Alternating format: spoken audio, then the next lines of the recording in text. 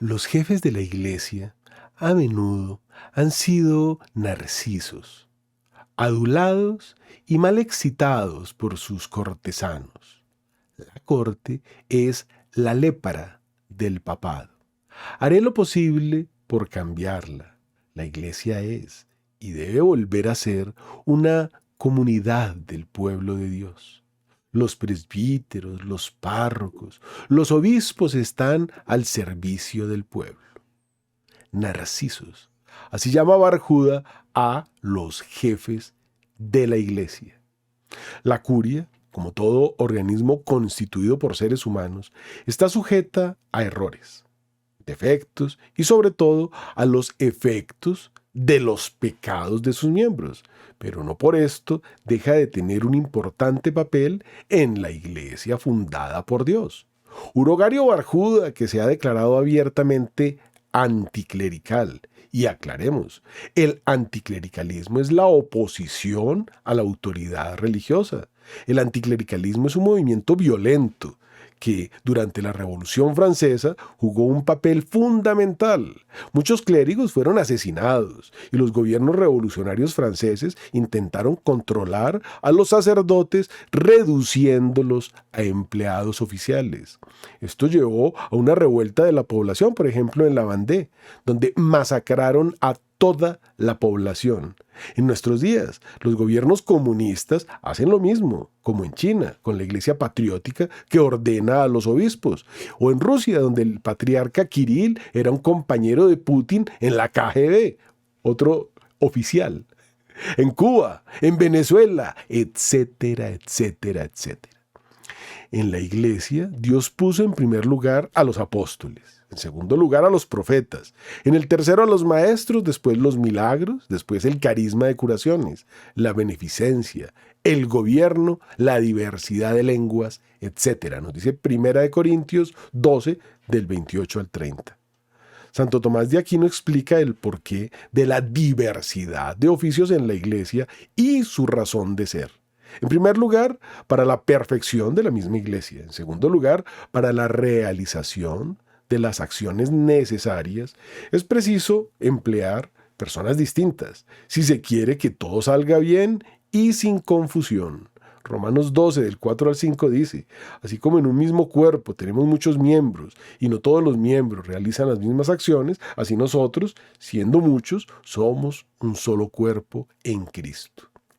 En tercer lugar, esto es necesario para la dignidad y belleza de la iglesia, la cual consiste en un cierto orden. Por eso leemos en Tercer de Reyes 10, del 4 al 5, que la reina de Saba, al ver toda la sabiduría de Salomón, las habitaciones de sus servidores y el orden de sus oficios, quedó fuera de sí.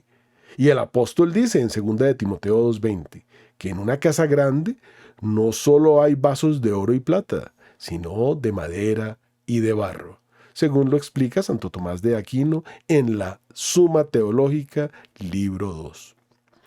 Juan Pablo II, en la homilía de inicio de su pontificado, dijo, la finalidad de la curia es hacer más eficaz la misión del Papa.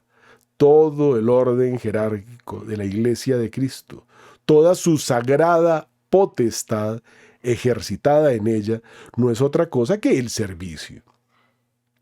Servicio que tiene un objetivo único, que todo el pueblo de Dios participe en esta triple misión de Cristo, que es sacerdote, profeta y rey. San Ignacio de Antioquía, discípulo del apóstol San Juan, en camino a su martirio en el Coliseo romano, donde cientos de miles fueron sacrificados por el delito de ser cristianos, escribió así a la iglesia recién fundada en Roma, a la iglesia romana, amada e iluminada por medio de la voluntad de aquel que quiso todas las cosas, siendo digna de Dios, digna de honor, digna de parabienes, digna de alabanza, digna de éxito, digna en pureza y teniendo la presidencia del amor, andando en la ley de Cristo y llevando el nombre del Padre a los que en la carne y en el Espíritu están unidos a cada uno de sus mandamientos, siendo llenos de la gracia de Dios sin fluctuación y limpiados de toda mancha extraña.